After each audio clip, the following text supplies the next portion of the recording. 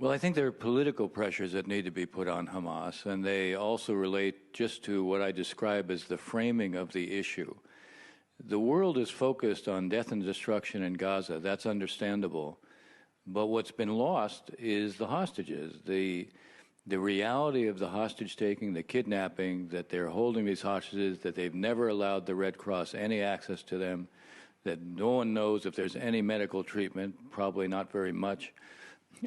All this needs to be front and center. It needs to be very visible.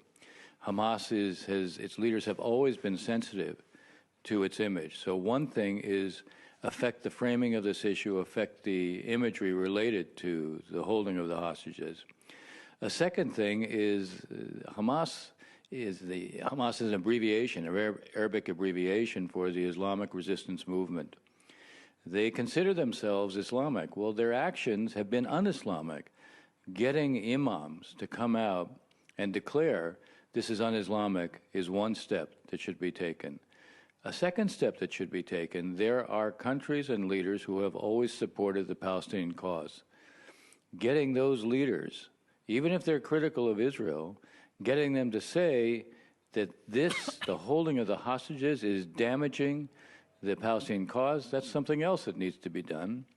And the third thing I would say is that those who have a relationship with Hamas, like Qatar, need to demonstrate that they're acting to get the hostages released. And by that I mean they're not acting just as messengers. They're not a neutral mediator. You can't be neutral with Hamas, not when they're holding hostages, not given what they've done.